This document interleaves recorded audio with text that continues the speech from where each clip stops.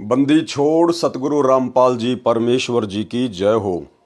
परम पिता परमात्मा सारी सृष्टि के रचनहार कुल मालिक असंख्य ब्रह्मांडों के स्वामी जगत गुरु तीनों लोकों में प्रवेश करके सबका भरण पोषण करने वाले राजाधिराज आत्माधार नाथों के नाथ देवों के देव महादेव सर्वेश्वर महेश्वर मृत्युंजय अजरो अमर आदि अनादि सनातनी प्रभु जगत पिता जगदीश्वर श्री श्री 1008 की उपाधि के वास्तविक अधिकारी अकाल मूर्त शब्द स्वरूपी राम वासुदेव सर्वगतम ब्रह्म परम पूज्य प्रथम पूज्य परम संत परम पुरुष परम धनी परम दयालु सत्य कबीर हक्का कबीर अल्लाहु कबीर अल्लाहु अकबर बाखबर अल्लाह ताला जगत के तारणहार जगत के मुक्तिदाता जगत के जगन्नाथ हारे के सहारे हिंदुओं के राम मुसलमानों के अल्लाह सिखों के वाहिगुरु ईसाइयों के मसीह दया के सागर दयानिधि करुणा के सागर करुणानिधि स्वयंभू परिभू संकट मोचन कष्ट हरण मंगल करण दुख भंजन अविगत कबीर निर्विकार निर्विषम परमात्मा अलय अलेख सतगुरु आदि अनादि सतगुरु असली मर्यादा पुरुषोत्तम असली राम असली कृष्ण असली घनश्याम असली मुरारी राजाओं के राजा महाराजाओं के महाराजा शहंशाहों के शहंशाह सम्राटों के सम्राट भगवानों के भगवान अल्लाहों के अल्लाह प्रभुओं के प्रभु मसीहाओं के मसीह सच्चे वाहिगुरु बाबाओं के बाबा पीरों के पीर सेठों के सेठ जगत सेठ सावरसा सेठ सर्वगुण संपन्न अनंत कोटि कलाओं के स्वामी अनंत कोटि ब्रह्मांडों के नायक योगियों में महायोगी ध्यानियों में महाध्यानी सिद्धों में परम सिद्ध ज्ञानियों में तत्वज्ञानी ब्रह्म ज्ञानी महाज्ञानी परम ज्ञानी सर्वश्रेष्ठ ज्ञानी विज्ञानी युवा कबीर समर्थ कबीर असमवात अमित ओझा सच्चे रहनुमा करीम अल्लाह सुभान अल्लाह दुनिया के अंतिम पैगंबर 8 सितंबर 1951 से गांव धनाना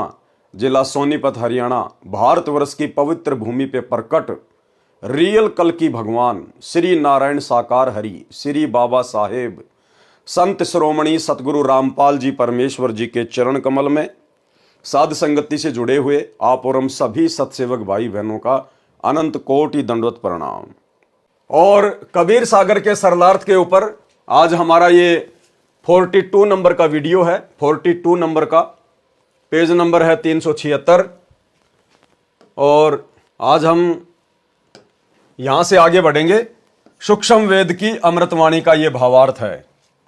वाणी का सरलार्थ आत्मा और मन को पात्र बनाकर संत गरीबदास जी ने संसार के मानव को समझाया है। कहा है कि यह संसार दुखों का घर है, इससे भिन्न एक और संसार है जहां कोई दुख नहीं है, वह शाश्वत स्थान है, सनातन परम धाम सत्यलोक वह सुख सागर है तथा वहां का प्रभु यानी अविनाशी परमेश्वर भी सुखदायी है जो उस सुख सागर में निवास करता है। सुख सागर अर्थात अमरलोक की संक्षिप्त परिभाषा बताई है। अब गुरुदेव भगवान ने एक शब्द के माध्यम से आप और हमें किस प्रकार से समझाया है। शंखों लहर मेहर की उपजय कहर नहीं जा कोई और दास गरीब अचल अविनाशी सुख का सागर सोई। भावार्थ किया है गुरुदेव ने। जिस समय मैं लेखक कौन पूज्य गुरुदेव भगवान जिस समय मैं अकेला होता हूं तो कभी कभी ऐसी हिलोर अंदर से उठती है। उस समय सब अपने से लगते हैं, चाहे किसी ने मुझे कितना ही कष्ट दे रखा हो उसके प्रति द्वेष भावना नहीं रहती, सब पर दया भाव बन जाता है। यह स्थिति कुछ ही मिनट रहती है, उसको मेहर की लहर कहा है। भाई और बहनों, यह बात गुरुदेव भगवान के द्वारा कहना कि थोड़े से समय के लिए कभी कभी मेरे अंदर वो लहर की मेहर आती है, ये केवल आप और हम जीवों को समझाने की दृष्टि से परमात्मा इस प्रकार की बातें कह रहे हैं, क्योंकि हम जीवों को कभी कभार इस प्रकार की कोई लहर की मेहर आती है कभी कभार। तो गुरुदेव अपने आप को एक आम संत की भूमिका में दर्शाते हुए एक भगत की भूमिका में दर्शाते हुए आप और हमें समझाने की दृष्टि से ये बात कह रहे हैं। अन्यथा हमारे गुरुदेव भगवान तो सुख के सागर हैं, सुख के सागर मंतु बसरे सुख के सागर जहां शब्द सिंधु रत्नागर। ये तो अविनाशी परमात्मा है, सुख के सागर हैं। वो कहर की लहर इनके अंदर कभी नहीं उठती। ये तो परम दयालु हैं, परम दयालु। तो अपने आप को छुपाते हुए परमात्मा इस प्रकार की बात यहां पर कह रहे हैं हम जीवों को समझाने की दृष्टि से। सतलोक अर्थात सनातन परम धाम में जाने के पश्चात प्रत्येक प्राणी को इतना आनंद आता है, वहां पर ऐसी असंख्यों लहर आत्मा में उठती रहती हैं। जब वह लहर मेरी आत्मा से हट जाती है तो वही दुखमय स्थिति प्रारंभ हो जाती है। उसने ऐसा क्यों कहा, वह व्यक्ति अच्छा नहीं है, वो हानि हो गई, ये हो गया, वह हो गया, यह कहर दुख की लहर कही जाती है। अब विचार करो भाई और बहनों, हमारे गुरुदेव भगवान जो कि पूर्ण संत है, पूर्ण परमात्मा है, कबीर देव हैं, भला वो इस प्रकार की बातें क्यों सोचेंगे कि उसने ऐसा क्यों कहा। गुरुदेव तो हमें समझाते हैं कि आवत गाड़ी एक है, उल्टा होय अनेक, कहे कबीर ना उल्टियो, रहे एक की एक। और जो तोकू काटा बोवे ताको बोतू फूल, तो ये फूल के फूल हैं वाको है त्रिशूल। हमारे गुरुदेव तो हमें इस प्रकार की शिक्षा देते हैं कि अगर तुम्हारे साथ में कोई बुरा बर्ताव करता है, कोई धोखा करता है, कोई गाली देता है, तो तुमने भी उसके प्रति बुरा नहीं सोचना कि उसने ऐसा क्यों कर दिया। तो भला हमारे गुरुदेव भगवान ऐसा क्यों सोचेंगे कि उसने ऐसा क्यों कहा, वह व्यक्ति अच्छा नहीं है, वो हानि हो गई। जबकि हमें तो गुरुदेव कहते हैं कि भक्ति मार्ग में अगर हानि हो जाए तो चिंता नहीं करनी चाहिए, वो भी परमात्मा का प्रसाद समझना चाहिए कि वो नुकसान भी मेरे हित में है, मेरे हित में। तो भला हमारे गुरुदेव भगवान हानि को रोएंगे क्या। तो गुरुदेव भगवान हमें जो भी कुछ समझाते हैं स्वयं को एक भगत की स्थिति में रखकर आप और हमें समझाने की दृष्टि से कहते हैं। उसने ऐसा क्यों कहा, वह व्यक्ति अच्छा नहीं है, वो हानि हो गई, ये हो गया, वो हो गया, ये कहर यानी दुख की लहर कही जाती है। उस सतलोक में असंख्य लहर मेहर यानी दया की उठती है। सतलोक में वो कहर की लहर नहीं है, वहां तो दया की मेहर है, दया की मेहर। वहां कोई कहर यानी भयंकर दुख नहीं है। वैसे तो सतलोक में कोई दुख नहीं है, कहर का अर्थ भयंकर कष्ट होता है। जैसे एक गांव में आपसी रंजिश के चलते विरोधियों ने दूसरे पक्ष के एक परिवार के 3 सदस्यों की हत्या कर दी। कहीं पर भूकंप के कारण हजारों व्यक्ति मर जाते हैं, उसे कहते हैं कहर टूट पड़ा या कहर कर दिया। ऊपर लिखी वाणी में सुख सागर की परिभाषा संक्षिप्त में बताई है। कहा है कि वह अमरलोक अचल अविनाशी, अर्थात कभी चलायमान नहीं है, अर्थात वो कभी नष्ट नहीं होता। सतलोक वो कभी चलायमान नहीं है, कभी जो है वो नष्ट नहीं होता। वहां पर कभी भी जो है प्रलय नहीं होती, कभी ध्वस्त नहीं होता। तथा वहां रहने वाला परमेश्वर अविनाशी है। वह स्थान तथा परमेश्वर सुख का समुद्र है। जैसे समुद्री जहाज बंदरगाह के किनारे से 100 या 200 किलोमीटर दूर चला जाता है तो जहाज के यात्रियों को जल अर्थात समुद्र के अतिरिक्त कुछ भी दिखाई नहीं देता, सब और जल ही जल नजर आता है। इसी प्रकार सतलोक यानी सत्यलोक में सुख के अतिरिक्त कुछ भी नहीं है, अर्थात वहां कोई दुख नहीं है। अब पूर्व में लिखी वाणी का सरलार्थ किया जाता है। यानी पिछले वीडियो में हमने जो शब्द परमात्मा का पढ़ा था, मन तू चल रे सुख के सागर जहां शब्द सिंधु रत्नागर। अब परमेश्वर उसकी प्रत्येक वाणी का चौपाई का यहां पर सरलार्थ करके हमें समझाएंगे कि सतलोक में किस प्रकार के सुख हैं। वहां पर दुख नाम की कोई चीज नहीं है। जो सुख यहां पर ब्रह्मा विष्णु महेश को प्राप्त नहीं है, जो मुक्ति ब्रह्मा विष्णु महेश को प्राप्त है, 4 मुक्ति काम अर्थ धर्म मोक्ष, ये सुख ये सिद्धियां सतलोक में आप और हमारी चंपी करती हैं। चंपी हम इनकी तरफ ध्यान भी नहीं देते। जो 4 मुक्तियां यहां के ब्रह्मा विष्णु महेश के पास हैं, वहां इतने सुख हैं। मन तू चल रे सुख के सागर जहां शब्द सिंधु रत्नागर।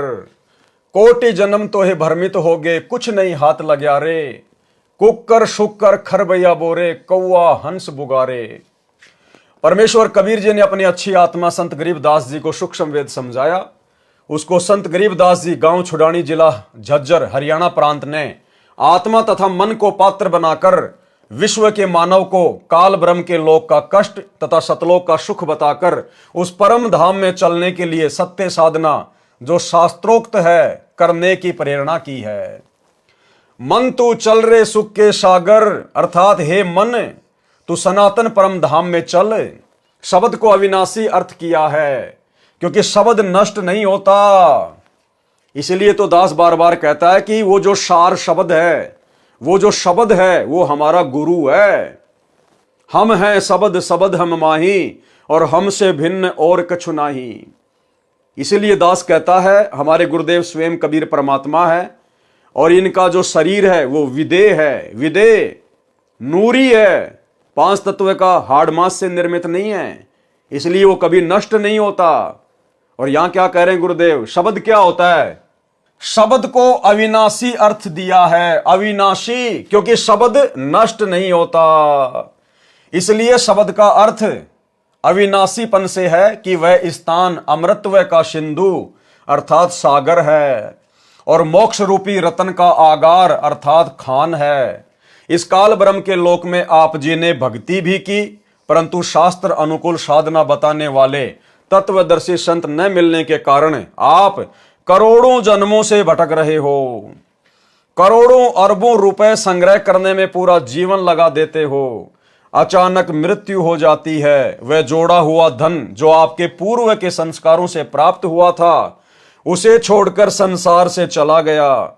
उस धन के संग्रह करने में जो पाप किए वे आप जी के साथ गए। आप जी ने उस मानव जीवन में तत्वदर्शी संत से दीक्षा लेकर शास्त्र विधि अनुसार भक्ति की साधना नहीं की, जिस कारण से आपको कुछ हाथ नहीं आया। पूर्व के पुण्यों के बदले धन ले लिया, वह धन यहीं रह गया, आपको कुछ भी नहीं मिला। आपको मिले धन संग्रह तथा भक्ति शास्त्र अनुकूल न करने के पाप, जिनके कारण आप कुकर यानी कुत्ता, खर यानी गधा, शुकर यानी सुअर, कौवा, काग पक्षी, हंस एक पक्षी जो केवल सरोवर में मोती खाता है, बुगा यानी बुगला पक्षी आदि आदि की योनियों को प्राप्त करके कष्ट उठाया। फिर अगली चौपाई का अर्थ किया गुरुदेव ने, कोटि जन्म तू राजा की न्या, मिटी न मन की आशा, और भिक्षुक होकर दर दर हांड्या, मिला न निर्गुण राशा। सरलार्थ, हे मानव, आप जी ने काल ब्रह्म की कठिन से कठिन साधना की, घर त्याग कर जंगल में निवास किया, फिर भिक्षा प्राप्ति के लिए गांव व नगर में घर घर के द्वार पर हांड्या अर्थात घूमा। जंगल में साधनारत साधक निकट के गांव या शहर में जाता है, एक घर से भिक्षा पूरी नहीं मिलती तो अन्य घरों से भोजन लेकर जंगल में चला जाता है। कभी कभी तो साधक एक दिन भिक्षा मांग कर लाते हैं, उसी से 2-3 दिन निर्वाह करते हैं।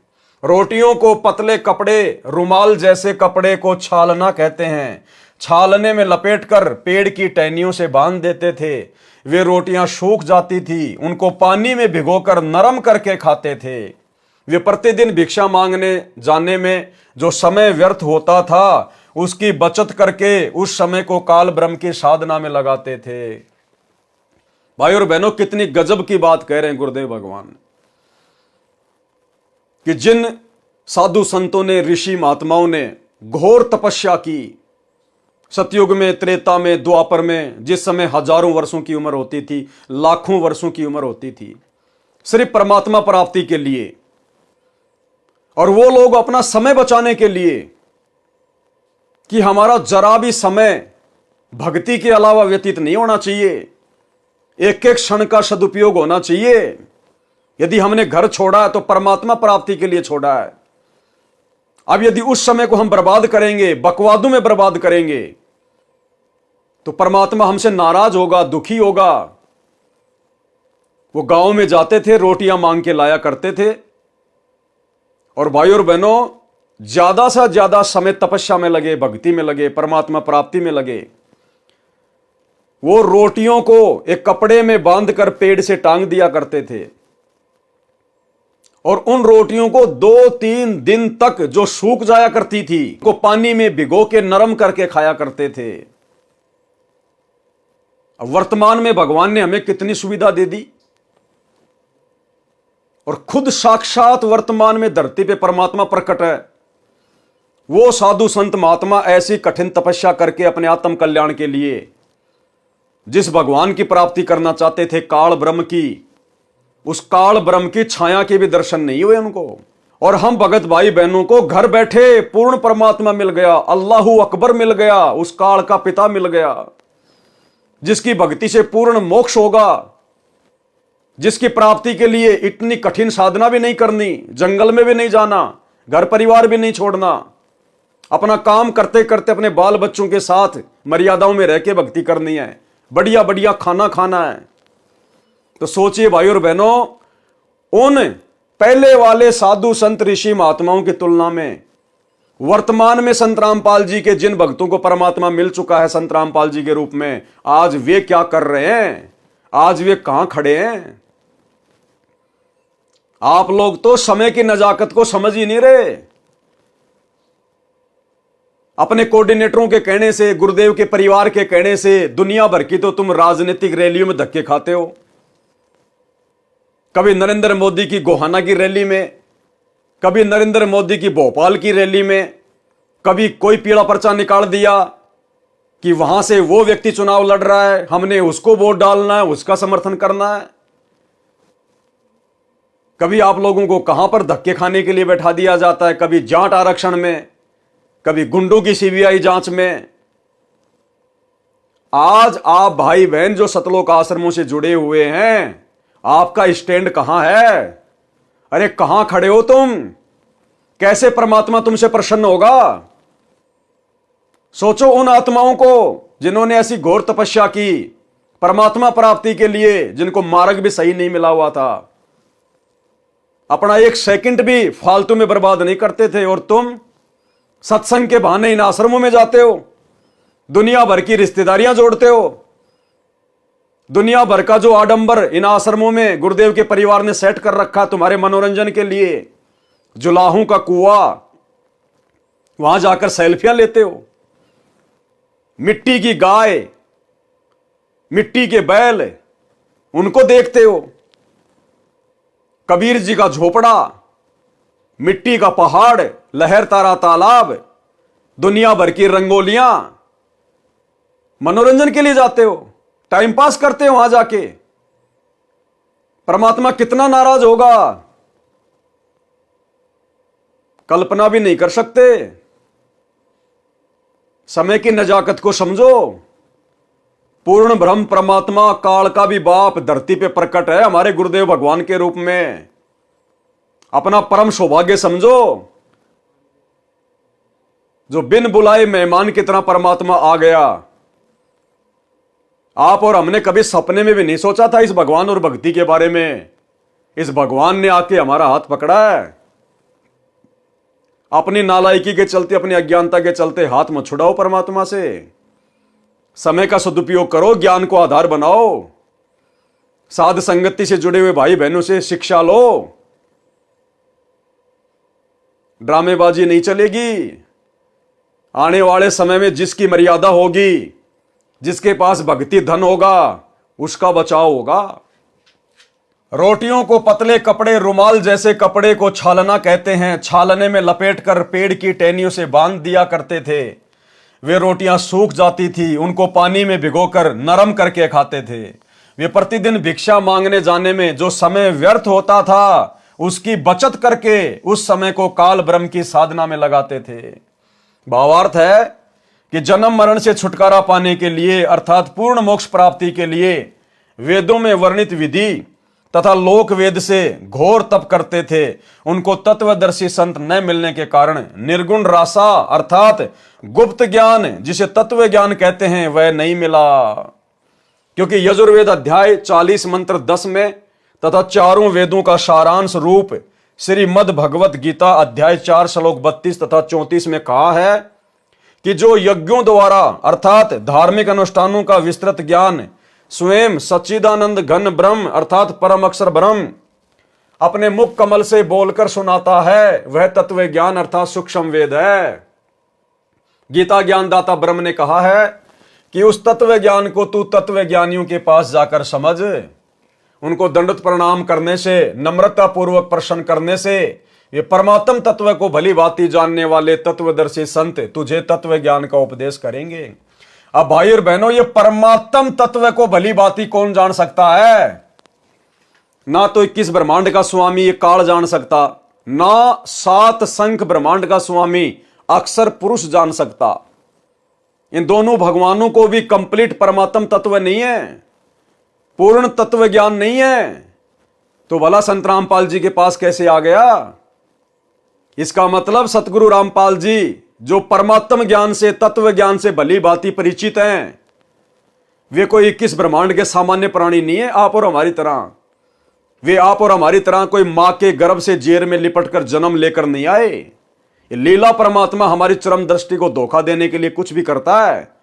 ये स्वयंभू परमेश्वर है, स्वयं प्रकट होता है। सतगुरु रामपाल जी अर्थात इस कबीर परमात्मा को जन्म देने में दुनिया की कोई भी माता समर्थ नहीं है। ये गलती ना करना अपने गुरु जी को मानुष मान के उनका जन्मदिन मना के अवतरण दिवस के नाम पे 8 सितंबर को इन आश्रमों में। ये स्वयंभू परमेश्वर है। परमात्म तत्व को, तत्व ज्ञान को केवल परमात्मा ही जान सकता है। उस परमेश्वर के विषय में और किसी को यहां पर जानकारी नहीं होती, ना हो सकती। वो परमेश्वर स्वयं ही इस पृथ्वी पर मनुष्य रूप में प्रकट होता है, जिसको फिर तत्वदर्शी संत कहते हैं, जगत गुरु कहते हैं। तो अपने गुरु को हल्के में लेने की गलती ना करना, मानुष मानने की गलती ना करना। परमात्म तत्व को भली भांति जानने वाले तत्वदर्शी संत तुझे तत्व ज्ञान का उपदेश देंगे। इससे सिद्ध हुआ कि तत्व ज्ञान न वेदों में है और न ही गीता शास्त्र में। यदि होता तो एक अध्याय और बोल देता, कह देता कि तत्व ज्ञान उस अध्याय में पढ़ें। यानी वो तत्व ज्ञान, वो परमात्म ज्ञान ना चारों वेदों में, ना गीता जी में, ना मुसलमानों की चारों जो है वो कतेबों में। और वो ज्ञान सतगुरु रामपाल जी बता रहे हैं। तो कौन है सतगुरु रामपाल जी, जिनके पास दुनिया के समस्त धर्म ग्रंथों के अतिरिक्त वो वास्तविक ज्ञान है, मूल ज्ञान है, सार ज्ञान है। स्वयं परमेश्वर प्रकट है धरती पर। कह देता कि तत्व ज्ञान उस अध्याय में पढ़ें। संत गरीबदास जी ने मन के बहाने मानव शरीरधारी प्राणियों को समझाया है कि वह निर्गुण रासा अर्थात तत्व ज्ञान न मिलने के कारण काल ब्रह्म की साधना करके आप जी करोड़ों जन्मों में राजा बने। कोटि जन्म तू राजा कीन्या, मिटी न मन की आशा, और भिक्षुक होकर दर दर हांड्या, मिला न निर्गुण रासा। वह निर्गुण रासा अर्थात तत्व ज्ञान न मिलने के कारण काल ब्रह्म की साधना करके आप जी करोड़ों जन्मों में राजा बने, फिर भी मन की इच्छा समाप्त नहीं हुई। क्योंकि राजा सोचता है कि स्वर्ग में सुख है, यहां राज में कोई सुख चैन नहीं है, शांति नहीं है। निर्गुण रासा का भावार्थ, निर्गुण रासा किसको कहते हैं? निर्गुण का अर्थ है कि वह वस्तु तो है परंतु उसका लाभ नहीं मिल रहा। निर्गुण जैसे आसमान में बादल तो हैं, बादलों में पानी तो है, लेकिन वो पानी निर्गुण रूप में है। हम अपनी प्यास नहीं बुझा सकते। उसके लिए तो उस पानी को जो निर्गुण रूप में बादलों में है, उसको सरगुण रूप में आना पड़ेगा, उसको बरसात के रूप में नीचे आना पड़ेगा, तब हमारी फसल में पानी लगेगा, तब हम लोग पानी पी सकते हैं। निर्गुण का मतलब है वस्तु तो है परंतु हम उसका कोई लाभ नहीं उठा सकते। बादल हैं, बादलों में पानी है, लेकिन वो निर्गुण रूप में है, हम उसका लाभ नहीं उठा सकते। ठीक इसी प्रकार परमात्मा सतलोक में निर्गुण रूप में है, लेकिन हम उसका लाभ नहीं उठा सकते। जब वही परमात्मा धरती पर सरगुण रूप में आता है, संत रूप में आता है, तब हम उनकी शरण प्राप्त करके और असंख्य लाभ उठा सकते हैं। निर्गुण रासा का भावार्थ है, निर्गुण का अर्थ है कि वह वस्तु तो है परंतु उसका लाभ नहीं मिल सकता।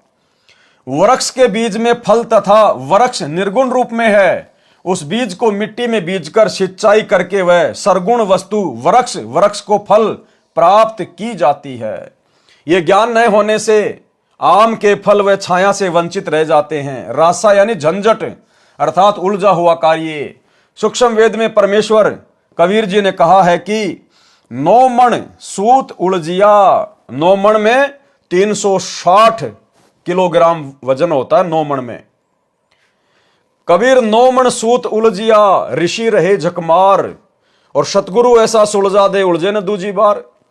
यानी इस आध्यात्मिक ज्ञान को, परमात्मा की प्राप्ति के मार्ग को सतयुग से लेकर वर्तमान समय तक ब्रह्मा जी के वंशजों ने, नकली पंडितों ने, धर्म गुरुओं ने, आचार्य शंकराचार्यों ने, और आजकल रोजाना जो 5-10 नए नए आचार्य यूट्यूब पर पैदा हो रहे हैं, इन लोगों ने अपनी मन गढ़ंत बातों से इस आध्यात्मिक ज्ञान को नौमन सूत की तरह उलझा के रखा हुआ था। यानी जुलाहे लोग जो सूत से कपड़े वगैरह बुना करते थे, और यदि उनका थोड़ा सा सूत यदि उलझ जाया करता था, पूरा दिन लग जाता था सुलझाने में, जो कि 100 ग्राम भी नहीं होता था। और यहां तो इन्होंने 9 मण 360 किलोग्राम सूत उलझा रखा है। भला उसको कौन सुलझा सकता है परमात्मा के अलावा। लेकिन सतगुरु ऐसा सुलझा दे फिर उलझे न दूजी बार। कबीर 9 मण सूत उलझिया ऋषि रहे झकमार। ये साधु संत महात्मा सतयुग से झकमरा रहे हैं। आज तक इनको गीता जी के ज्ञान का नहीं पता, इनको वास्तविक भक्ति मंत्रों का नहीं पता, इनको एक भगवान का नहीं पता। आज तक समाज को यह नहीं बता पाए ये आचार्य शंकराचार्य, किसी भी धर्म के मुल्ला मौलवी पंडित काजी, कि एक परमात्मा कौन है जिसने सबको रचा, जिसने सबको बनाया। उस परमात्मा की प्राप्ति का मंत्र क्या है, कौन से वेद में, गीता में कहां लिखा है, आज तक नहीं बता पाए। महाराष्ट्र के शिरडी में साईं बाबा पूरी जिंदगी बीत गई, एक ही शब्द बोलता था, सबका मालिक एक। उंगली कहां करता था, ऊपर। क्या कहता था, सबका मालिक एक। पूरी जिंदगी में वो उस एक मालिक का नाम नहीं बता पाया। अरे अगर आपको इतना पता है कि सबका मालिक एक है, तो उसका नाम भी बता देता मेरे भाई। वो कैसे मिलेगा वो भी बता देता, लेकिन नहीं बता पाया उसका नाम।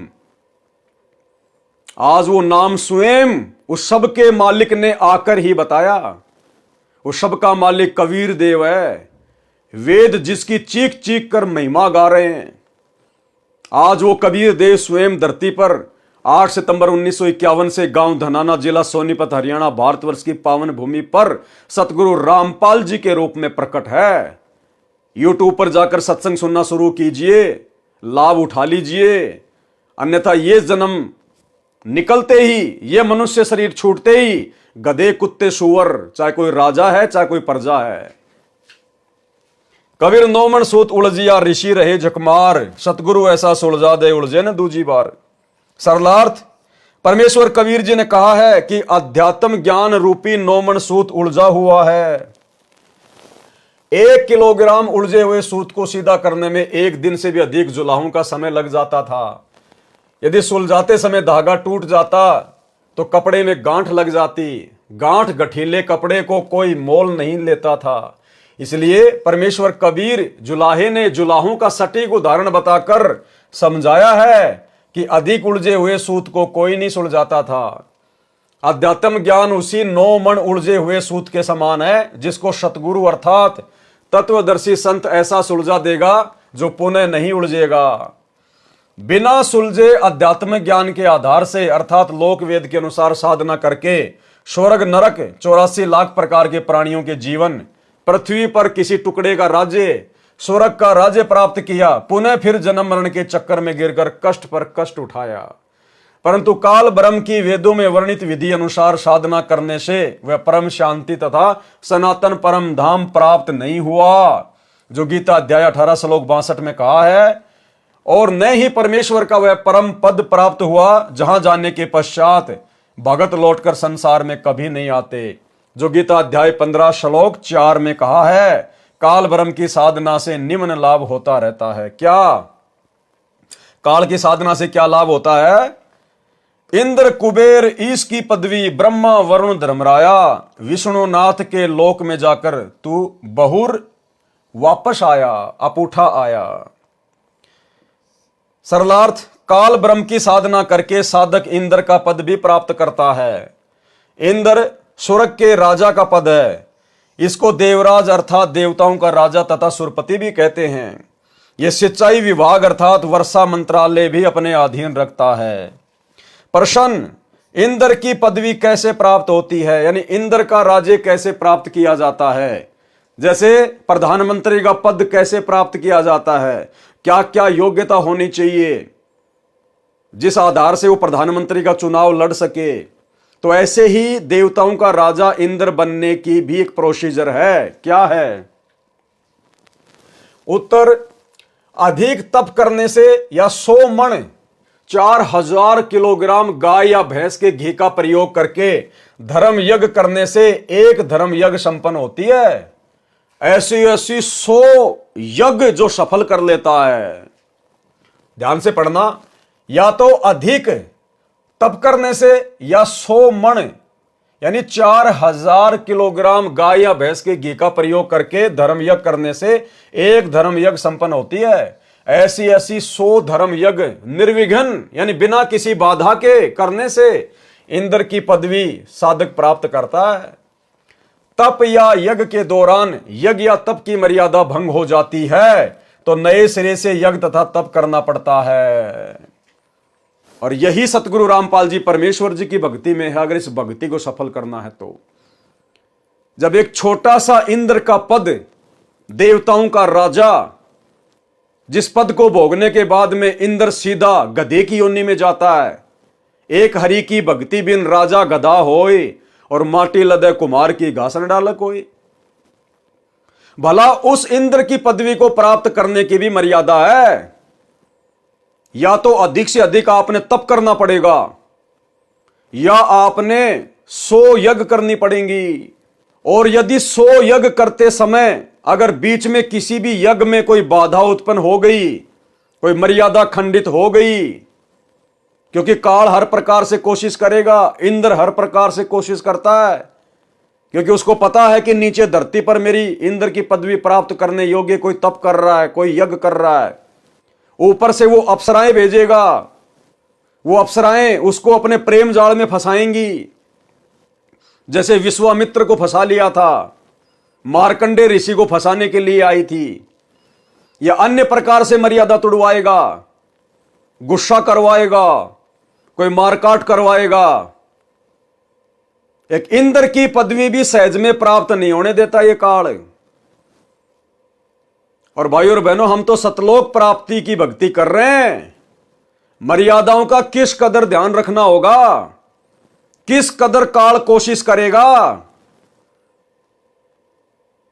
और आप तो काल की गोद में बैठ के भक्ति कर रहे हो और अपने आप को सुरक्षित महसूस कर रहे हो। आप तो काल के द्वारा कुप्रेरणा करके संत रामपाल जी के परिवार के माध्यम से भक्तों की मर्यादा तुड़वाने के लिए जो जगह जगह सतलोक आश्रम बनवा दिए गए हैं, आप तो उन काल एजेंटों की गोद में बैठ के अपनी भक्ति सफल करने की सोच रहे हो। और आए दिन तुम्हारी मर्यादा तुड़वाई जा रही है। आपके दान धर्म का 1 करोड़ रुपया जाट भवन बनवाने में दिया जा रहा है। मर्यादा सुरक्षित रह कहां गई तुम्हारी? राजनीति तुमसे करवा दी गई, स्टेडियम तुम्हारे पैसों से बनवा दिया गया, हॉस्पिटल का काम तुम्हारे पैसों से चल रहा है, आश्रमों में रक्तदान, दे दान, दुनिया भर की ड्रामेबाजी, गुंडों की सीबीआई जांच, 5-5 लाख रुपए राजपूत करणी सेना को देना। राजपूत करणी सेना वाले क्या करेंगे? शराब पिएंगे, मांस खाएंगे, बियर पिएंगे, हुक्का पिएंगे, राजनीति में लगाएंगे।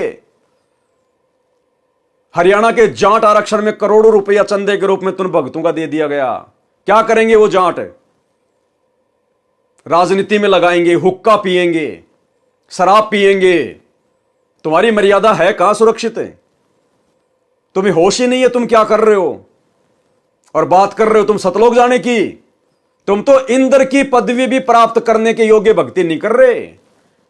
तुम सतलोक आश्रम वालों की मर्यादा तो वर्तमान में इंद्र की पदवी प्राप्त करने योग्य जितनी भी नहीं है, और तुम ठेका लेके बैठे हो सतलोक जाने का। सतलोक के लिए तो सिर काट के चढ़ाना पड़ेगा अपने गुरुजी के चरणों में। सिर काटने का मतलब तन मन शीस ईस अपने पे जो पहलम चोट चढ़ावे, जब कोई राम भगत गति पावे। और अपना तन मन धन और शीश अपने गुरुदेव को सौंपने का मतलब है गुरुदेव की मर्यादाओं से 1 इंची भी बाहर ना निकलना, चाहे पूरा संसार बैरी क्यों ना हो जाए। भाई घर छूटो चाहे जग रूठो, चाहे रूठो ये संसारा हो। अरे कौन सुनेगा फिर मेरी काल लोक में जय गुरु रूठ गया मेरा हो। जबकि तुम लोगों ने तो वर्तमान में हिसार जेल में बैठे हुए अपने गुरु को खून के आंसू रुला डाले, खून के आंसू। हिसार जेल से आने वाली ऑडियो में रोजाना गुरु दुखी होकर तुम लोगों को डांटता है, धिक्कारता है कि अच्छे इंसान तो जगत वाले भी ऐसा नहीं करते जो तुम भगत कर रहे हो। कोऑर्डिनेटर बन गए तो तुम कोई खुदा बन गए क्या? अपनी माता बहनों के साथ में, गुरु बहनों के साथ में गंदी गंदी हरकतें करते हो। आए दिन तुम्हारा गुरु तुम्हें डांटता रहता है। कहां बैठे हो भाई साहब? तुम तो इंद्र के लोक में जाने के योग्य भी भक्ति नहीं कर पा रहे। क्या कह रहे हैं परमात्मा? ऐसी ऐसी 100 धर्म यज्ञ निर्विघ्न, निर्विघ्न यानी कोई किसी प्रकार की बाधा ना कर सके। ऐसी ऐसी 100 धर्म यज्ञ निर्विघ्न करने से इंद्र की पदवी साधक प्राप्त करता है। तप या यज्ञ के दौरान यज्ञ या तप की मर्यादा भंग हो जाती है तो नए सिरे से यज्ञ तथा तप करना पड़ता है। भाई दूसरा जन्म लेना पड़ेगा, नए सिरे से भक्ति शुरू करनी पड़ेगी। अब तुम लोग अपनी मर्यादाओं को इतना फाड़ चुके हो कि गुरुदेव भगवान के द्वारा टाके भी नहीं लगाए जा सकते। अर्थात तुम नाम भी इतनी बार शुद्ध करवा चुके हो कि अब तो शुद्धिकरण का ऑप्शन भी समाप्त हो चुका है। अब तो नए सिरे से जन्म लेना पड़ेगा, नए सिरे से जन्म। और भाई अगले जन्म में क्या होगा फिर वो तो अगला जन्म ही बताएगा। जब इस जन्म में तुम कोई तीर नहीं मार सके, अगले जन्म में भला क्या तुम तोप चलाओगे? सफल होने पर ही इंद्र की पदवी प्राप्त होती है। इस प्रकार इंद्र की पदवी प्राप्त होती है। प्रश्न, इंद्र का शासन काल कितना है? मृत्यु उपरांत इंद्र के पद को छोड़कर प्राणी किस योनि को प्राप्त करता है? उत्तर, इंद्र स्वर्ग के राजा के पद पर 72 चौकड़ी अर्थात 72 चतुर्युग तक बना रहता है। 72 चतुर्युग तक इंद्र का शासन काल होता है। 72 चतुर्युग क्या है? एक चतुर्युग होता है सतयुग, त्रेता, द्वापर, कलयुग। इन चारों युगों को मिलाकर एक चतुर्युग कहा जाता है। और एक चतुर्युग की आयु होती है 43,20,000 वर्ष। यानी सतयुग की शुरुआत से लेकर कलयुग के अंत तक चारों युगों का एक चतुर्युग का जो समय होता है वो होता है 43,20,000 वर्ष। ऐसे ऐसे 72 चतुर्युग तक इंद्र शासन करता है, शासन। और जब उसका शासनकाल पूरा हो जाता है या बीच में कोई दूसरा व्यक्ति इंद्र की गद्दी प्राप्त करने योग्य कोई तप कर लेता है, कोई यज्ञ कर लेता है, तो उस इंद्र को बीच में भी हटा दिया जाता है। इतने समय तक वो शासन करता है। इंद्र स्वर्ग के राजा के पद पर 72 चौकड़ी अर्थात 72 चतुर्युग तक बना रहता है। एक चतुर्युग में सतयुग, त्रेता, द्वापर तथा कलयुग का समय होता है, जो 17,28,000 यानी सतयुग का जो समय होता है वो होता है 17,28,000 का। 12,96,000 वर्ष का समय होता है त्रेता युग का। और 8,64,000 वर्ष का समय होता है द्वापर युग का। और 4,32,000 वर्ष का समय होता है कलयुग का। क्रमशः सतयुग, त्रेता, द्वापर, कलयुग का समय अर्थात 43,20,000 वर्ष का समय एक चतुर्युग में होता है। ऐसे ऐसे बने 72 चतुर्युग तक वह साधक इंद्र के पद पर स्वर्ग के राजा का सुख भोगता है। एक कल्प अर्थात ब्रह्मा जी के एक दिन में जो 1008 चतुर्युग का होता है। अब ब्रह्मा जी का तो एक दिन ही 1008 चतुर्युग का होता है। 14 जीव इंद्र के पद पर रहकर अपना किया पुण्य कर्म भोगते हैं। यानी ब्रह्मा जी के एक दिन में 14 इंद्र अपना शासन काल पूरा करके मर जाते हैं। 14 जीव इंद्र के पद पर रहकर अपना किया पुण्य कर्म भोगते हैं। इंद्र के पद को भोगकर वे प्राणी गधे का जीवन प्राप्त करते हैं। इंद्र की, देवताओं के राजा की, जिसकी पूजा की जाती है, जिसकी महिमा की जाती है, सुरपति, वो जब अपना शासनकाल पूरा कर लेता है तो सीधा गधे की योनि में आता है धरती पर, कुम्हार के नीचे। फिर असहनीय कष्ट भोगता है, जितना सुख प्राप्त किया उससे कहीं ज्यादा फिर दुख भोगेगा यहां पर।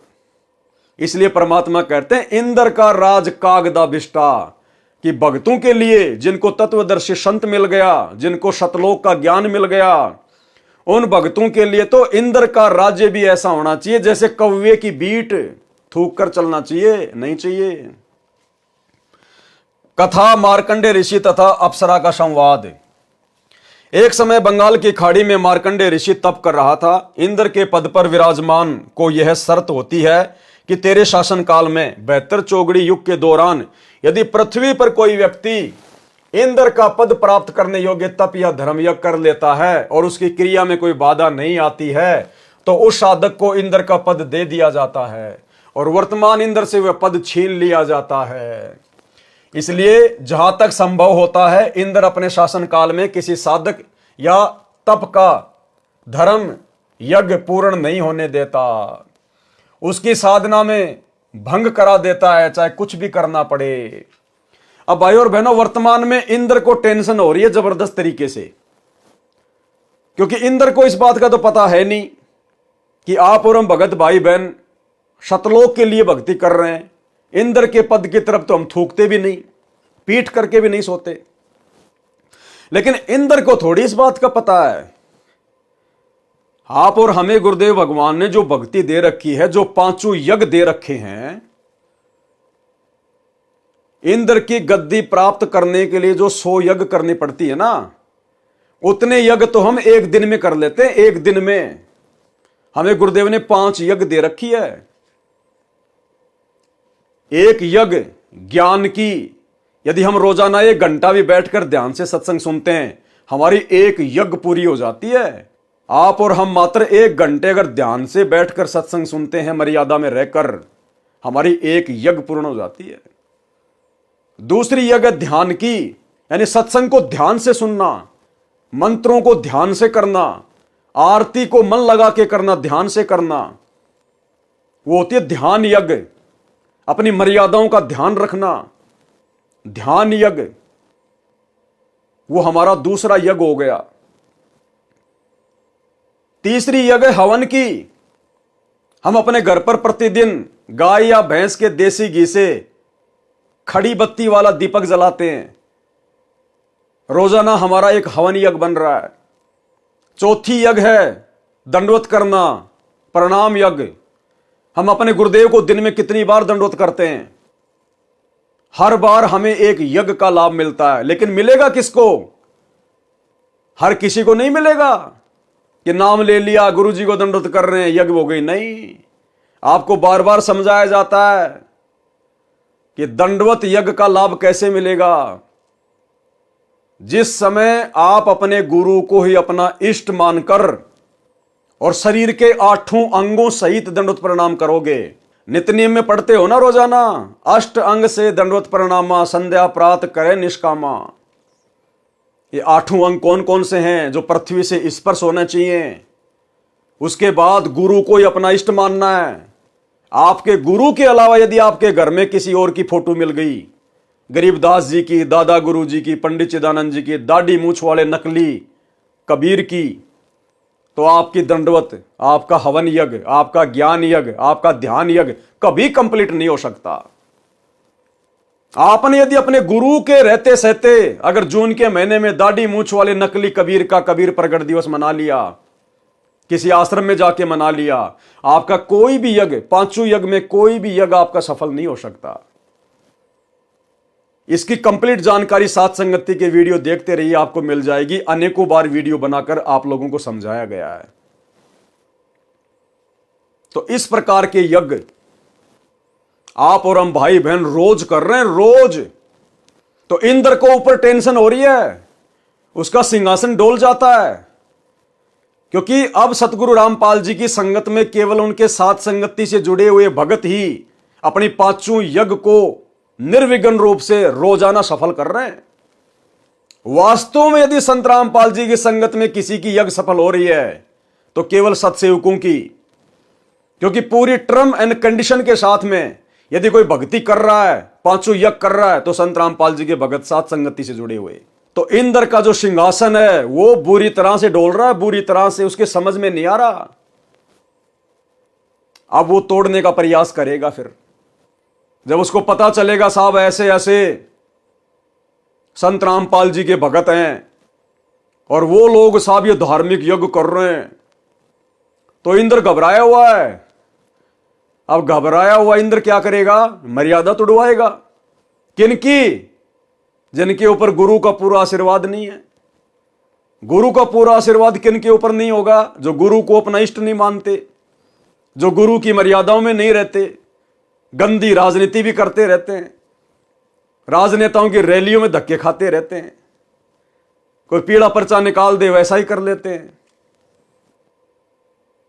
समय पे आरती नहीं करते, मोबाइल में लगा के बाथरूम में भाग जाते हैं। पांचों यज्ञ जिनके सफल नहीं हो रही, तो अब वो क्या करेगा? सत्सेवकों पे तो उसका जोर चलेगा नहीं, क्योंकि सत्सेवकों को तो परमात्मा ने अपनी गोद में बैठा रखा है, रक्षा कवच बना रखा है। अब वो क्या करेगा? इन आश्रमों में, आश्रमों से जुड़े हुए भक्तों को इनके ऊपर नजर जाएगी। और काल ने क्या किया? सबकी मर्यादा तोड़वा दी।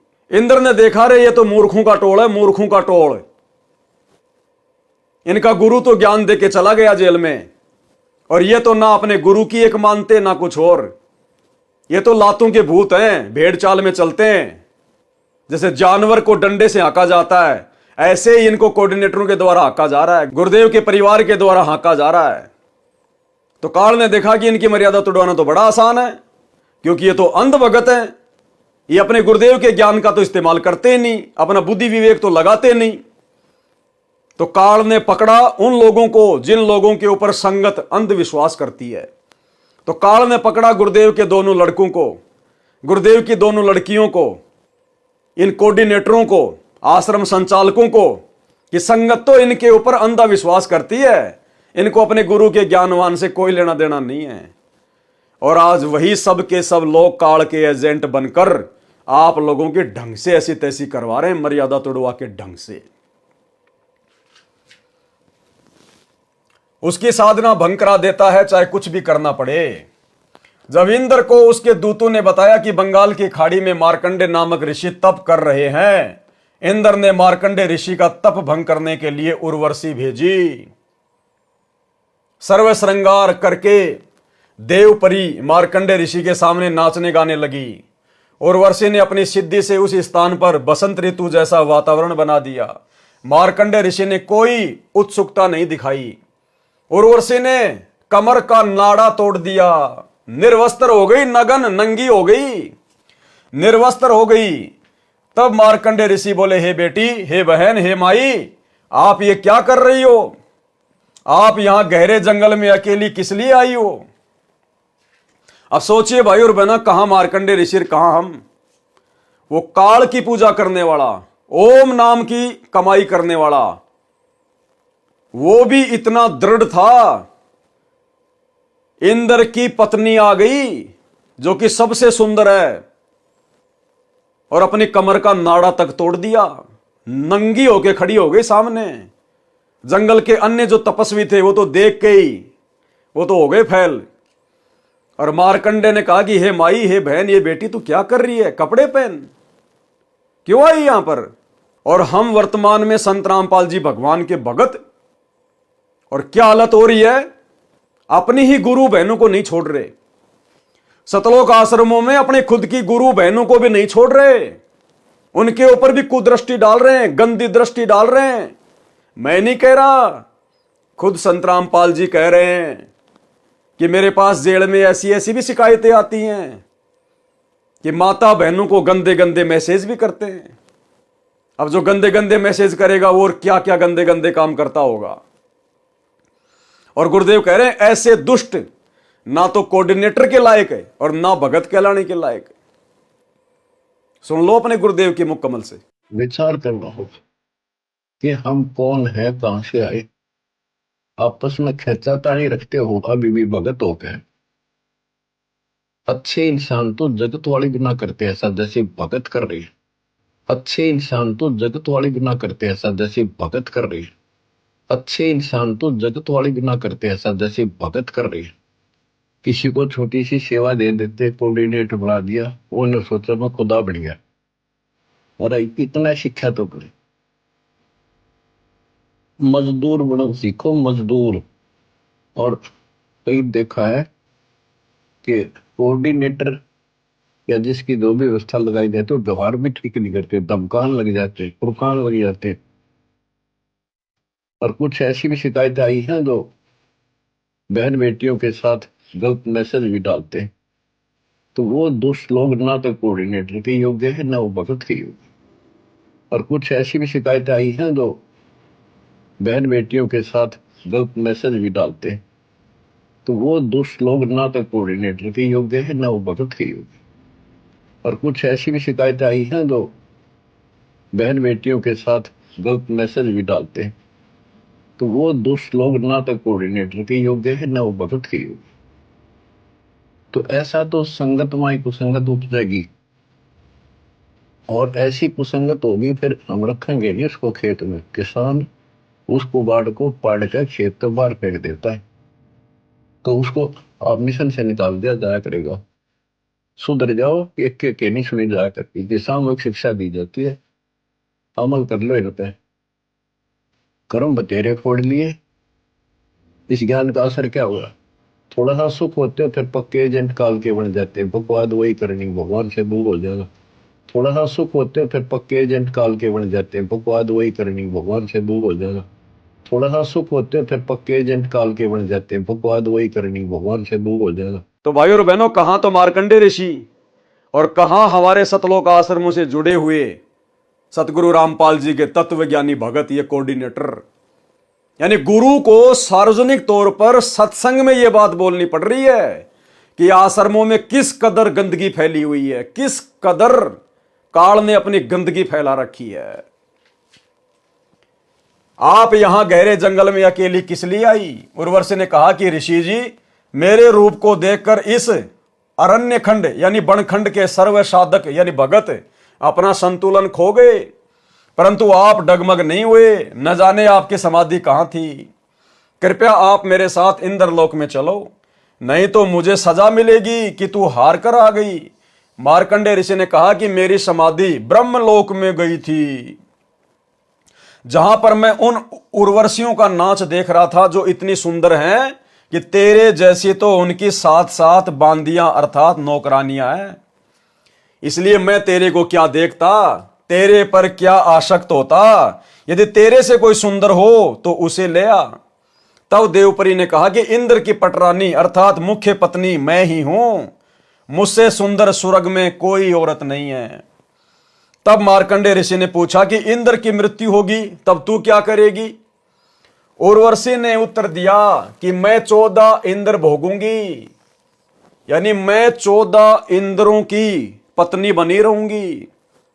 इंद्र मर गया, फिर दूसरा इंद्र आएगा, लेकिन उनकी जो पत्नी है वही आत्मा बनी रहेगी जब तक 14 इंद्र अपना शासन भोग के नहीं जालेंगे। इतनी लंबी आयु है इंद्र की औरत की। भावार्थ है कि श्री ब्रह्मा जी के एक दिन में 1008 चतुर्युग होते हैं, जिसमें 72 चतुर्युग का शासनकाल पूरा करके 14 इंद्र मृत्यु को प्राप्त होते हैं।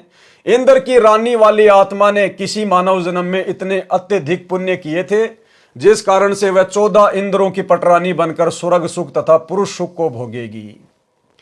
मार्कंडे ऋषि ने कहा कि वे 14 इंद्र भी मरेंगे तब तू क्या करेगी? उर्वशी ने कहा कि फिर मैं मृत्यु लोक में गधी बनाई जाऊंगी और जितने इंद्र मेरे पति होंगे वे भी पृथ्वी पर गधे की योनि प्राप्त करेंगे। मार्कंडे ऋषि बोले कि फिर मुझे ऐसे लोक में क्यों ले जा रही थी जिसका राजा गधा बनेगा और रानी गधी की योनि प्राप्त करेगी? उर्वशी बोली कि अपनी इज्जत रखने के लिए, नहीं तो वे कहेंगे कि तू हार कर आ गई।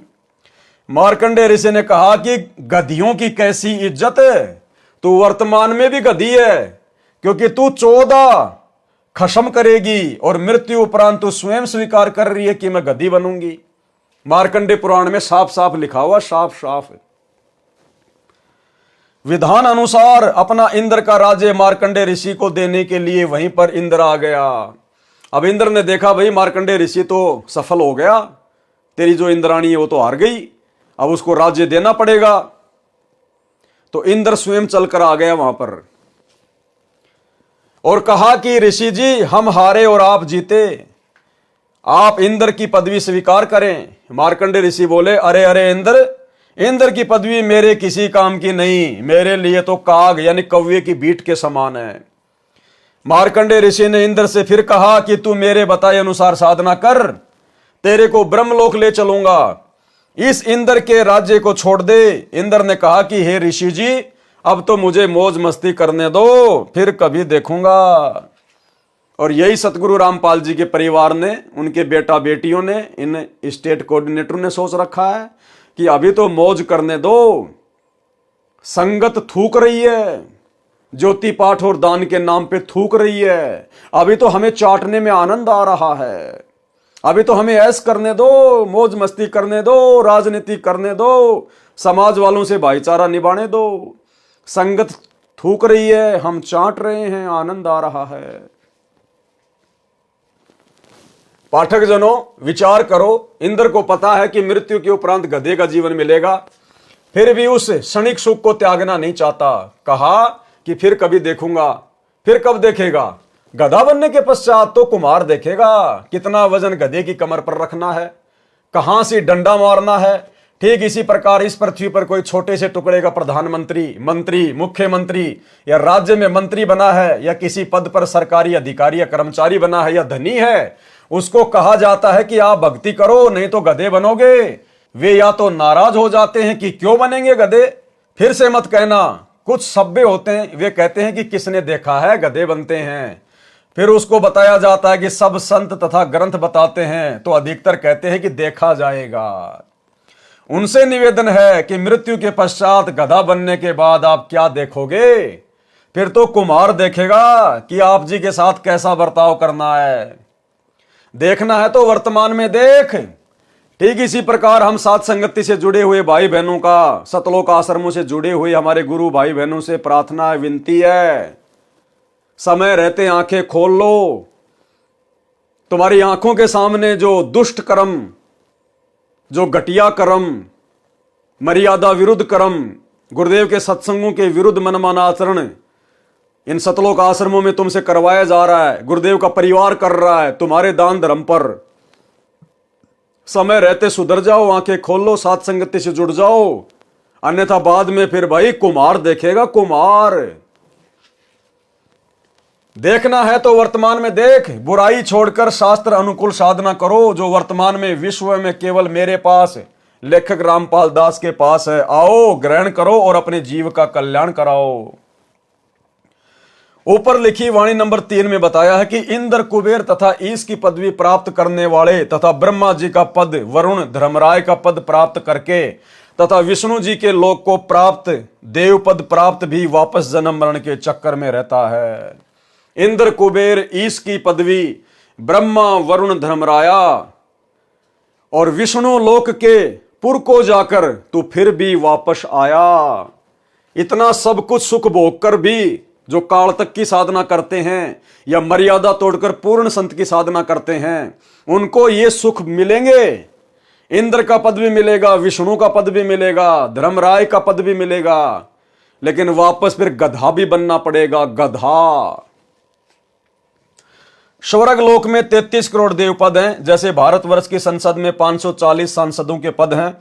व्यक्ति बदलते रहते हैं, उन्हीं सांसदों में से प्रधानमंत्री तथा अन्य केंद्रीय मंत्री आदि बनते हैं। इसी प्रकार उन 33 करोड़ देवताओं में से ही कुबेर का पद अर्थात धन के देवता का पद प्राप्त होता है, जैसे वित्त मंत्री होता है। ईश की पदवी का अर्थ है प्रभु पद, जो कुल 3 माने गए हैं, श्री ब्रह्मा जी, श्री विष्णु जी तथा श्री शिव जी। वरुण देव जल का देवता है। धर्मराय मुख्य न्यायाधीश है, जो सब जीवों के कर्मों का फल देता है, उसे धर्मराज भी कहते हैं। ये सर्व काल ब्रह्म की साधना करके पद प्राप्त करते हैं। पुण्य समाप्त होने के पश्चात पद से मुक्त होकर पशु पक्षियों आदि की 84 लाख प्रकार की योनियों में चले जाते हैं। फिर नए ब्रह्मा जी, नए विष्णु जी तथा नए शिव जी इन पदों पर विराजमान होते हैं। उपरोक्त सर्व देवता जन्मते मरते हैं, ये अविनाशी नहीं है। इनकी स्थिति आप जी को सृष्टि रचना अध्याय में इसी पुस्तक में स्पष्ट होगी कि ये कितने भगवान हैं, कितने प्रभु हैं, किसके पुत्र हैं तथा कौन इनकी माता जी है। अन्य प्रमाण श्री देवी पुराण सचित्र मोटा टाइप केवल हिंदी, गीता प्रेस गोरखपुर से प्रकाशित के तीसरे स्कंद में पेज नंबर 123 पर लिखा है कि तुम शुद्ध स्वरूपा हो। यानी विष्णु जी अपनी माता दुर्गा से प्रार्थना कर रहे हैं कि तुम शुद्ध स्वरूपा हो, ये सारा संसार आप ही से उद्भासित हो रहा है। मैं यानी विष्णु, ब्रह्मा और शंकर आपकी कृपा से विद्यमान है। हमारा तो आविर्भाव यानी जन्म तथा तिरोभाव अर्थात मृत्यु हुआ करता है, यानी हम तो जन्मते और मरते हैं। आप प्रकृति देवी हैं। शंकर भगवान बोले कि हे देवी, यदि विष्णु के पश्चात उत्पन्न होने वाले ब्रह्मा आपसे उत्पन्न हुए तो क्या मैं तमोगुणी लीला करने वाला शंकर क्या आपकी संतान नहीं हुआ? अर्थात मुझे भी उत्पन्न करने वाले तुम ही हो। हम तो केवल नियमित कार्य ही कर सकते हैं, यानी जैसा आप हमें आदेशित करती हो हम तो केवल वही कर सकते हैं। अर्थात जिसके भाग्य में जो लिखा है हम वही प्रदान कर सकते हैं, न अत्यधिक कर सकते हैं न कम कर सकते हैं। पाठक जनों, इस श्री देवी पुराण के उल्लेख से स्पष्ट हुआ कि श्री ब्रह्मा जी, श्री विष्णु जी तथा श्री शंकर जी नासवान हैं। इनकी माता जी का नाम श्री देवी दुर्गा है। अधिक जानकारी आप सृष्टि रचना अध्याय से ग्रहण करेंगे जो इसी पुस्तक में लिखी है। ये प्रधान देवता हैं, अन्य इनके निम्न स्तर के देव हैं। ये सर्व जन्मते मरते हैं। अविनाशी राम यानी अविनाशी परमात्मा ये नहीं है। श्रीमद् भगवद गीता अध्याय 10 श्लोक 2 में लिखा है कि गीता ज्ञानदाता काल ब्रह्म ने कहा है कि मेरी उत्पत्ति को न तो देवता जानते हैं न ही महर्षि जन जानते, क्योंकि इन सब का आदि कारण मैं ही हूं, अर्थात ये सर्व मेरे से उत्पन्न है। गीता अध्याय 14 श्लोक 3 में गीता ज्ञानदाता ने कहा कि हे अर्जुन, मेरी प्रकृति अर्थात दुर्गा तो गर्भ धारण करती है, मैं उसके गर्भ में बीज स्थापित करता हूं, यानी पति पत्नी व्यवहार करता हूं, जिससे सर्व प्राणियों की उत्पत्ति होती है। गीता अध्याय 14 श्लोक 4 में गीता ज्ञानदाता ने कहा कि हे अर्जुन, नाना प्रकार की सब योनियों में जितने शरीरधारी मूर्तियां उत्पन्न होती हैं, प्रकृति यानी दुर्गा तो उन सबकी गर्भ धारण करने वाली माता है। अहम ब्रह्म यानी मैं ब्रह्म यानी काल बीज स्थापित करने वाला पिता हूं। गीता अध्याय 14 श्लोक 5 गीता ज्ञानदाता ने स्पष्ट किया है कि हे अर्जुन, सत्व गुण श्री विष्णु जी, रजगुण श्री ब्रह्मा जी तथा तमगुण श्री शिव जी, ये प्रकृति अर्थात दुर्गा देवी से उत्पन्न तीनों देवता अर्थात तीनों गुण अविनाशी जीव आत्मा को कर्मों के अनुसार शरीर में बांधते हैं। उपरोक्त परमाणु से स्पष्ट हुआ कि उपरोक्त देवता नाशवान हैं तथा काल ब्रह्म के पुत्र हैं। प्रसंग चल रहा है कि वाणी संख्या 3 का सरलार्थ इंद्र कुबेर ईश अर्थात ब्रह्मा विष्णु शिव तक को प्राप्त करके तथा वरुण धर्मराय की पदवी तथा श्री विष्णुनाथ के लोक को प्राप्त करके भी जन्म मरण के चक्कर में रहते हैं। मार्कंडे ऋषि जी ब्रह्म साधना कर रहे थे, यानी काल की साधना कर रहे थे, उसी को सर्वोत्तम मान रहे थे। इसलिए इंद्र को कह रहे थे कि आजा, तेरे को ब्रह्म साधना का ज्ञान कराऊं।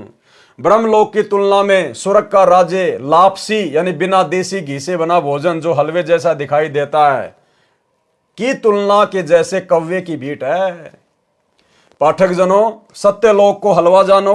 आप जी ने ब्रह्म साधना करने वाले श्री चुनक ऋषि, श्री दुर्वासा ऋषि तथा कपिल मुनि की दशा जान ली। उनकी साधना को गीता ज्ञानदाता ने गीता अध्याय 7 श्लोक 18 में अनुत्तम अर्थात घटिया बताया है। उसी श्रेणी की साधना मार्कंडे ऋषि जी की थी, जिसको अति उत्तम मानकर कर रहे थे तथा इंद्र को भी राय दे रहे थे कि ब्रह्म साधना कर ले। सूक्ष्म वेद में कहा है कि औरों पंथ बताओ ही और आपने जाने रहा। दूसरों को तो रास्ता बता रहा है और खुद को ज्ञानी नहीं है। भावार्थ, अन्य को मार्गदर्शन करते हैं, स्वयं भक्ति मार्ग का ज्ञान नहीं। श्रीमद् भगवद गीता अध्याय 4 श्लोक 25 से 29 तक यही बताया है कि जो साधक जैसी भी साधना करता है उसे उत्तम मानकर कर रहा होता है। सर्व साधक अपनी अपनी भक्ति को पापनाशक जानते हैं। गीता अध्याय 4 श्लोक 32 में स्पष्ट किया है कि यज्ञों अर्थात धार्मिक अनुष्ठानों का ज्ञान स्वयं सच्चिदानंद घन ब्रह्म ने अपने मुख कमल से बोली वाणी में विस्तार के साथ कहा है। वह तत्व ज्ञान है जिसे जानकर साधक सर्व पापों से मुक्त हो जाते हैं। गीता अध्याय 4 श्लोक 34 में स्पष्ट किया है कि उस तत्व ज्ञान को तत्वदर्शी संत जानते हैं। उनको दंडवत प्रणाम करने से, नम्रता पूर्वक प्रसन्न करने से वे तत्व ज्ञान को जानने वाले ज्ञानी महात्मा तुझे तत्व ज्ञान का उपदेश करेंगे। और भाई वो तत्वदर्शी संत, वो ज्ञानी महात्मा वर्तमान में धरती पर सतगुरु रामपाल जी के रूप में प्रकट है। ये स्वयं ही सच्चिदानंद घन ब्रह्म है, जिन्होंने अपने मुख कमल से वाणियां बोल बोल के आप और हमें ये ज्ञान दिया, पांचों यज्ञों की जानकारी दी, भक्ति मार्ग दिया। ये स्वयं सच्चिदानंद घन ब्रह्म है, स्वयं अविनाशी परमात्मा है, सर्व सृष्टि के मालिक हैं। वह तत्व ज्ञान जिसे ऊपर की वाणी में निर्गुण रासा कहा है, नहीं मिलने से सर्व साधक जन्म मरण के चक्कर में रहे। मार्कंडे ऋषि ब्रह्म साधना कर रहा था। श्रीमद् भगवद गीता अध्याय 8 श्लोक 16 में कहा है कि ब्रह्म लोक में गए साधक भी पुनरावर्ती अर्थात बार बार जन्म मरण के चक्कर में रहते हैं। यानी 21 ब्रह्मांड की सर्वोत्तम साधना है काल साधना, ब्रह्म साधना। गीता अध्याय 8 श्लोक नंबर 13 में उस काल का मंत्र है, ओम इति एक अक्षरम ब्रह्म व्यवहारण माम अनुशमरण ये प्रयाति तजम देयम सयाति परमाम गतम। ओम नाम की साधना करके और घोर तप करके साधक कहां जाता है? ब्रह्मलोक में, जो 21 ब्रह्मांड की सर्वश्रेष्ठ उपलब्धि है, यानी 7 स्टार होटल। उस ब्रह्मलोक में जाने के बाद भी जब तक उसकी भक्ति कमाई है, वो तप की कमाई है, ओम नाम की कमाई है, तब तक वो मौज करेगा। फिर उसके बाद वो नीचे 84 लाख योनियों में गधे कुत्ते के शरीरों में डाला जाएगा। तो ये तो यहाँ के काल की, ब्रह्मा विष्णु महेश के पिताजी की, दुर्गा के पति की, जो 21 ब्रह्मांड का नकली भगवान है, ये उसकी साधना का परिणाम है। तो बताइए फिर साधक क्या करेगा? औरों की साधना करके हम कैसे अविनाशी हो सकते हैं? हम कैसे सुख सागर में जा सकते हैं? तो केवल एकमात्र सतगुरु रामपाल जी की भक्ति, तत्वदर्शी संत सतगुरु रामपाल जी, जो कि स्वयं कबीर परमात्मा है। कबीर परमात्मा स्वयं ही तत्वदर्शी संत की भूमिका निभाते हैं। जगत गुरु संत रामपाल जी, जगत गुरु की भूमिका केवल परमात्मा निभाता है कबीर जी। जाति हमारी जगत गुरु, परमेश्वर है पंत, गरीबदास लिखित पड़े मेरा नाम निरंजन कंत। जगत गुरु जो पूरे संसार को ज्ञान दे, पूरे जगत को ज्ञान दे। और भाई पूरे जगत का ज्ञान, पूरी सृष्टि का ज्ञान केवल परमेश्वर को हो सकता, किसी और को नहीं। तो संत रामपाल जी स्वयं वो परमेश्वर हैं, जगत गुरु हैं। इनकी भक्ति से सदा सदा के लिए हमारा जन्म मरण समाप्त होगा। वाणी संख्या 4, असंख्य जन्म तो हे मर्त्या होंगे, जीवित क्यों न मरे रे। और 12 मध्य महल मठ बोरे, बहुर न दे धरे रे। सरलार्थ, हे मानव तू अनंत बार जन्म और मर चुका है, सत्य साधना कर तथा जीवित मर। जीवित मरने का तात्पर्य है कि भगत को ज्ञान हो जाता है कि इस संसार की प्रत्येक वस्तु अस्थायी है। यह शरीर भी स्थायी नहीं है, जन्म मृत्यु का बखेड़ा भी भयंकर है। इस संसार में दुख के अतिरिक्त कुछ नहीं है। मानव शरीर प्राप्त करके मोक्ष प्राप्त नहीं किया तो पशु जैसा जीवन जिया। जैसे गीता अध्याय 7 श्लोक 29 में कहा है कि जो साधक केवल जरा तथा यानी मृत्यु तथा बुढ़ापे के कष्ट तथा मरण के दुख से ही मुक्ति के लिए जो साधना रत है, वे तत्ब्रह्म को तथा संपूर्ण अध्यात्म को तथा कर्मों को जानते हैं। इसी प्रकार तत्व ज्ञान होने के पश्चात मानव को अनावश्यक वस्तुओं की इच्छा नहीं होती। तंबाकू, शराब, मांस सेवन नहीं करता। नाच गाना मूर्खों का काम लगता है। जैसा भोजन मिल जाए उसी में संतुष्ट रहता है। आत्म कल्याण कराने के लिए साधक विचार करता है कि यदि मैं सत्संग में नहीं जाऊंगा तो गुरुजी के दर्शन नहीं कर पाऊंगा। सत्संग विचार न सुनने से मन फिर से विकार करने लगेगा। वह साधक सर्व कार्य छोड़कर सत्संग सुनने के लिए चल पड़ता है। वह विचार करता है कि हम प्रतिदिन सुनते हैं तथा देखते हैं कि छोटे छोटे बच्चों को छोड़कर पिता संसार से चला जाता है, मर जाता है। बड़े बड़े पूंजीपति दुर्घटना में मर जाते हैं। सर्व संपत्ति जो सारे जीवन में जोड़ी थी उसे छोड़कर चले जाते हैं, दोबारा उस संपत्ति को संभालने नहीं आते। मृत्यु से पहले एक दिन भी कार्य छोड़ने का दिल नहीं करता था, अब स्थायी यानी परमानेंट कार्य छूट गया। एक भगत सत्संग में जाने लगा, दीक्षा ले ली, ज्ञान सुना और भक्ति करने लगा। अपने मित्र से भी सत्संग में चलने तथा भक्ति करने के लिए प्रार्थना की, परंतु दोस्त नहीं माना। कह देता कि कार्य से फुर्सत नहीं है, छोटे छोटे बच्चे हैं, इनका पालन पोषण भी करना है। काम छोड़कर सत्संग में जाने लगा तो सारा धंधा चौपट हो जाएगा। वह सत्संग में जाने वाला भगत जब भी सत्संग में चलने के लिए अपने मित्र से कहता तो वह यही कहता कि अभी काम से फुर्सत नहीं है। 1 साल पश्चात उस मित्र की मृत्यु हो गई। उसकी अर्थी उठाकर नगरवासी चले, साथ साथ सैकड़ों नगर मोहल्ले के व्यक्ति भी साथ साथ चले। सब बोल रहे थे कि राम नाम सत्य है, सत्य बोले गत है। भगत कह रहा था कि राम नाम तो सत है, परंतु आज भाई को फुर्सत है। नगरवासी कह रहे थे कि सत बोल भाई, सत बोले गत है। भगत कह रहा था कि आज भाई को फुर्सत है। अन्य व्यक्ति उस भगत से कहने लगे कि ऐसे मत बोल, इसके घर वाले बुरा मानेंगे। भगत ने कहा कि मैं तो ऐसे ही बोलूंगा। मैंने इस मूर्ख से हाथ जोड़कर प्रार्थना की थी कि सत्संग में चल, कुछ भक्ति कर ले। ये कहता था कि अभी फुर्सत अर्थात समय नहीं है। आज इसको परमानेंट फुर्सत है। छोटे छोटे बच्चे भी छोड़ चला, जिनके पालन पोषण का बहाना करके परमात्मा से दूर रहा। भक्ति करता तो खाली हाथ नहीं जाता, कुछ भक्ति धन लेकर जाता। बच्चों का पालन पोषण परमात्मा करता है। भक्ति करने से साधक की आयु भी परमात्मा बढ़ा देता है। भगत जन ऐसा विचार करके भक्ति करते हैं, कार्य त्याग कर सत्संग सुनने जाते हैं। भगत विचार करते हैं कि परमात्मा न करे हमारी मृत्यु हो जाए, फिर हमारे कार्य कौन करेगा। हम ये मान लेते हैं कि हमारी मृत्यु हो गई, हम 3 दिन के लिए सत्संग में चले, अपने को मृत मान लें और सत्संग में चले गए। वैसे तो परमात्मा के भक्तों का कार्य बिगड़ता नहीं, फिर भी हम मान लेते हैं कि हमारी गैर हाजिरी में कुछ कार्य खराब हो गया तो 3 दिन बाद जाकर ठीक कर लेंगे। वास्तव में टिकट कट गई अर्थात मृत्यु हो गई तो परमानेंट कार्य बिगड़ गया, फिर कभी ठीक करने नहीं आ सकते। इस स्थिति को जीवित मरना कहते हैं। यानी परमेश्वर का काम सबसे पहले, उसके बाद अन्य सांसारिक कार्य। वाणी का से सरलार्थ, द्वादश मध्य मैल मठ बोरे, बहुर न दे धरे रे।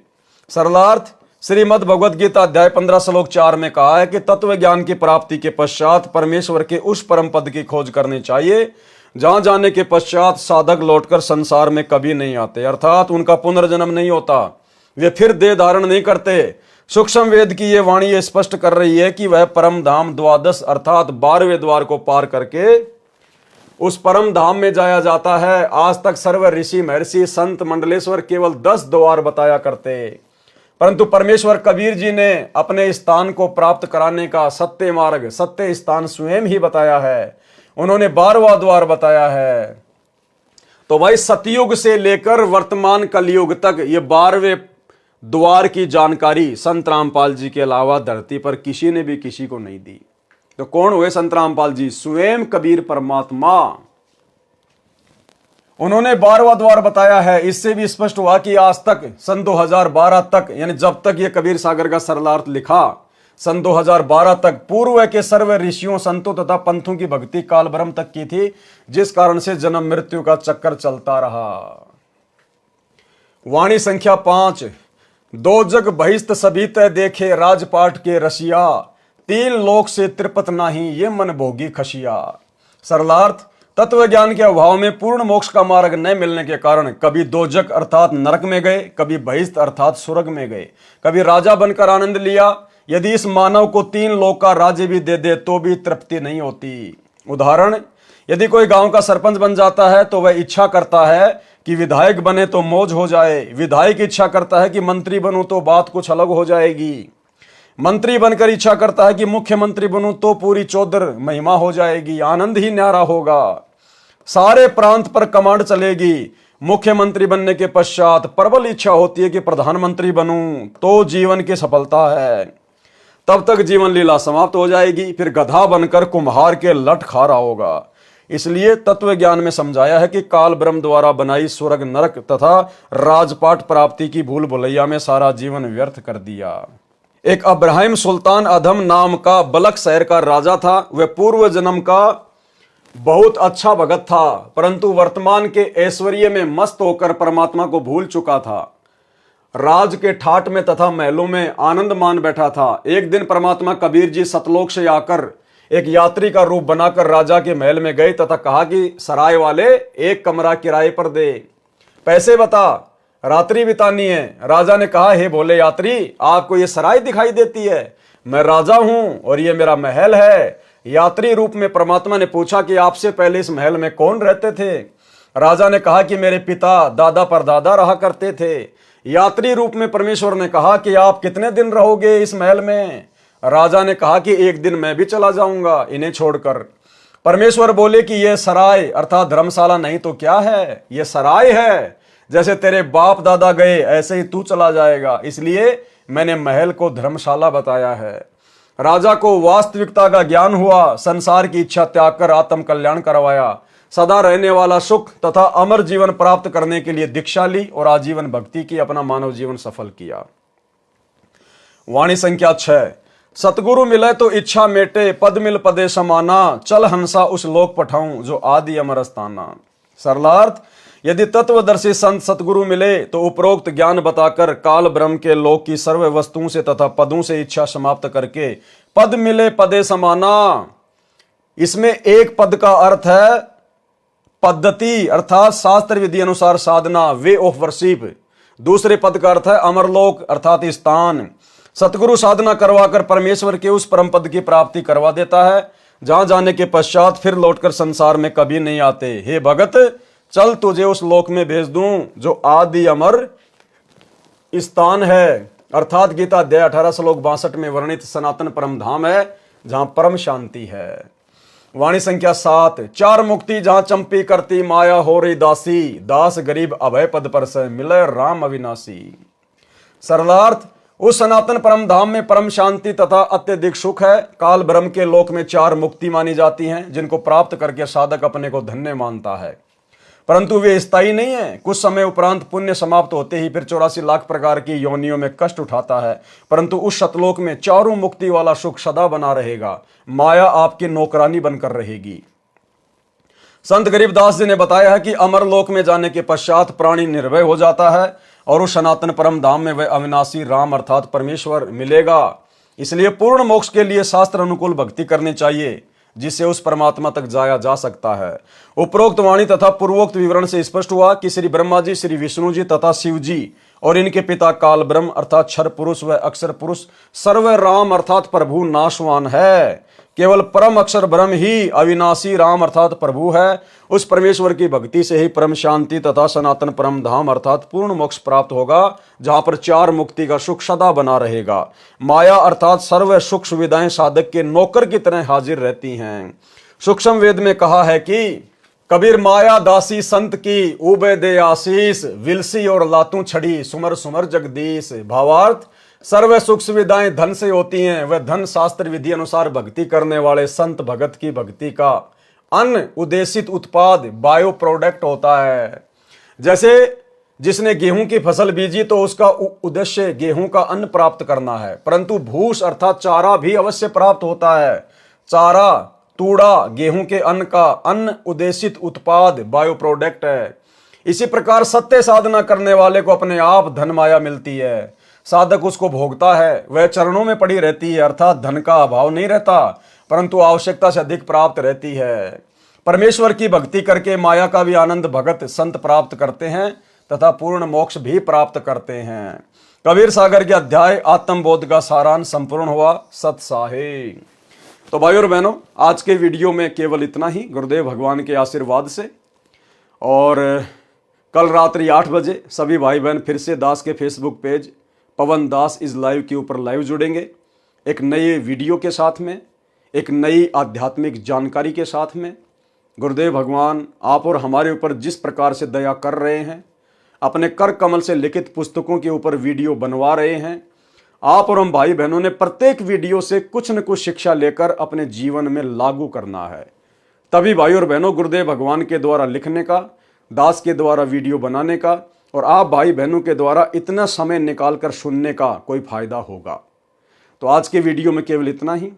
सभी भाई बहन वीडियो को ज़्यादा से ज़्यादा शेयर किया करें, खुद भी इन बातों के ऊपर अमल किया करें, गुरुदेव भगवान से प्रार्थना किया करें और हम सब ने इसी मनुष्य जन्म को अपना अंतिम मनुष्य जन्म बनाना है। अपनी भक्ति को पूर्ण मर्यादा में रहकर सफल करना है, गुरु को प्रसन्न करके। और गुरु किन किन कर्मों से दुखी होगा, किन किन बातों से दुखी होगा, वीडियो की शुरुआत में आपको बता दिया गया है। तो ऐसी महागलतियां जो गुरुदेव का कलयुगी परिवार कर रहा है, आश्रम संचालक कर रहे हैं, कोऑर्डिनेटर कर रहे हैं और इन सब के पीछे अंधी होकर चल रही, अंध संगत कर रही है, आप और हम सत्सेवक भाई बहन करने से बचें। तो आज के वीडियो में केवल इतना ही। कल रात्रि 8 बजे फिर से लाइव जुड़ेंगे। तब तक गुरुदेव भगवान हम सबको आज्ञा दे, इजाज़त दे, आशीर्वाद दे।